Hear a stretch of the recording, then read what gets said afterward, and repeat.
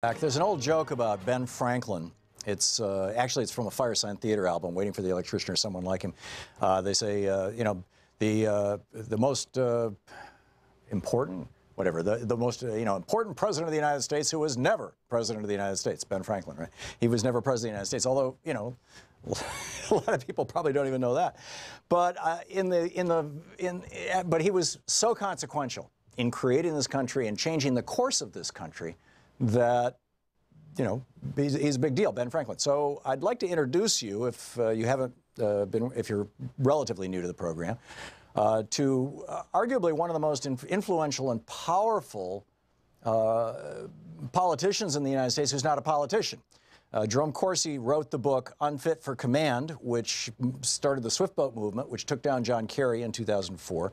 He wrote the book The Obama Nation, which founded and created the birther movement against President Obama, which arguably led to the election of Donald Trump. He's the author of 6 books, and his latest is called Killing the Deep State, The Fight to Save President Trump. It's out next week. On the line with us, Dr. Jerome Corsi, PhD, and by the way, he's also the he heads the Washington, D.C. News Bureau for Alex Jones and InfoWars. Infowars.com, of course, is that website. Jerry, welcome back to the program. It's been a while. Tom, good to be back with you. Thank you. So in your book, which I've read a good chunk of here today, you write, Trump won the presidency by defying political correctness and threatening to replace the rule of multinational corporations and borderless international organizations.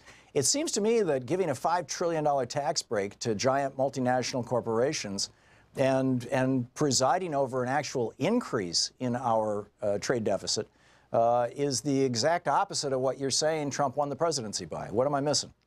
Well, I think, Tom, we have a little bit different view on that, which I would expect we would.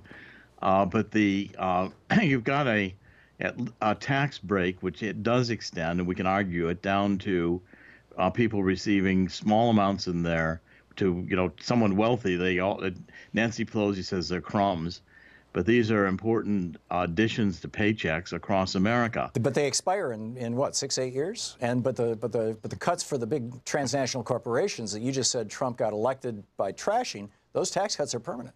Well, I think also you'll find within 6 or 8 years you're going to have another tax bill introduced by Donald Trump next year. I think the ultimate goal of Donald Trump is to eliminate the income tax altogether. Yeah, well, of course, what billionaire wants to pay income taxes? I get that.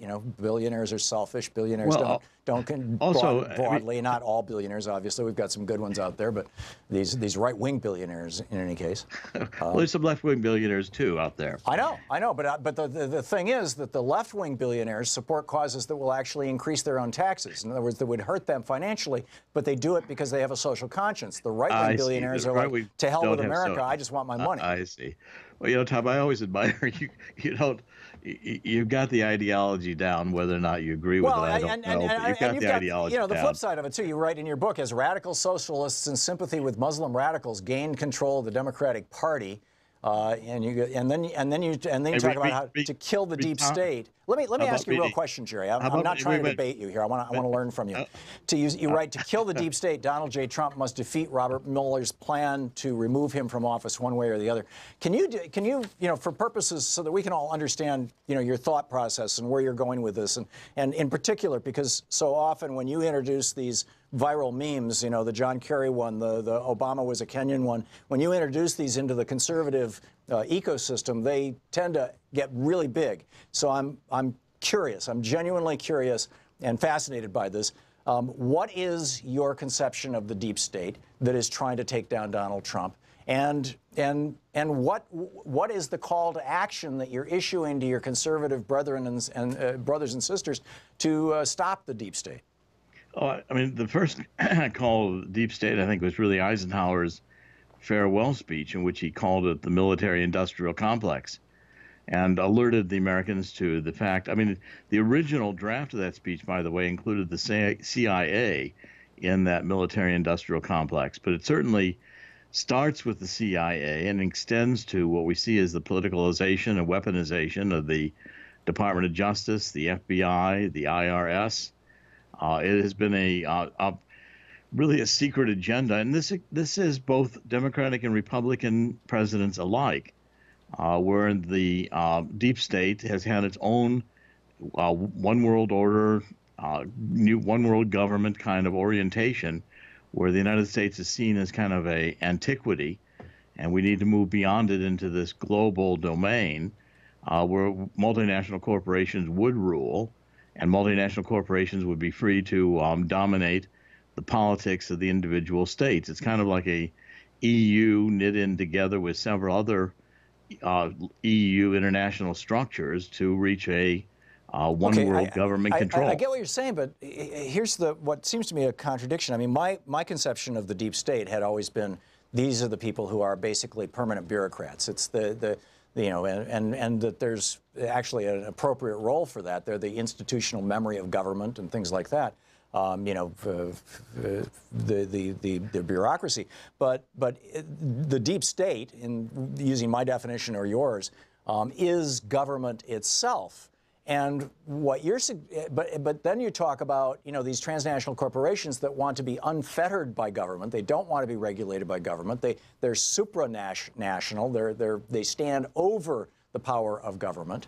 That's the opposite of the deep state. That is who is arguably, when Steve Bannon said he wanted to deconstruct the administrative state of the United States, that is the wet dream of the Koch brothers and the billionaires associated with them, to take down the government so that they can have their way with us and continue to screw the middle class.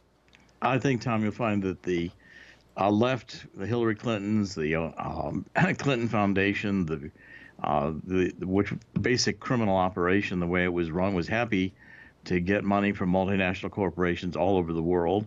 I mean, I'm talking about things, for instance, in the true deep state, where Mueller, for instance, FBI, ought to be held accountable for the HSBC scandal. He's not with. Oh, you mean back when he was? When he was head of the FBI. I mean, John Cruz came out of the HSBC branches with, 1,000 pages of accounts that were being laundered. Right. And it wouldn't give anybody to listen to it. On behalf of both drug lords and on behalf of ISIS, and HSBC got a slap on the hands. Let me tell you the story. Slap on the wrist. I'm very familiar with it. And no, Tom, you may not be very familiar with it, because the underlying story there was it was the CIA deeply involved in running drugs and using that bank as a money laundering bank. You don't run billions of dollars through the federal banking system and not have it be known by the comptroller of the currency and all the other regulators that this is money laundering going on. And when you dig down into the drugs that are being run around the world, going back to the OSS, going back to the before World War II, and then Air America through the Vietnam period, there's excellent documentation. The CIA has never gotten out of the drug business. Well, I can't dispute that, Jerry. But and I'm trying to move this along because we only have about we don't even have a minute left, maybe a minute and a half. But I'm if you're going to take down the CIA, what are you going to replace it with? Blackwater? How about nothing at all? What do we need a CIA for? I mean, this is if the CIA and the NSA because there are people who want to mess with us. Well, if they're going to contribute, if their main mission has become surveilling the United States population and taking Google's data and micro-targeting with wiretapping or electronic surveillance of every phone call, every email. No, I got it. Okay, so the subtitle of your book is The Fight to Save President Trump. How are you going to do that? Real quick, Jerry. It's in the process. It's in the process. You're going to see the exposure of the Democratic Party corruption, chapter verse. Counterattack has begun. Okay. Jerome Corsi, his newest book, Killing the Deep State. Jerry, thanks for dropping by today. Pleasure, Tom. Good talking.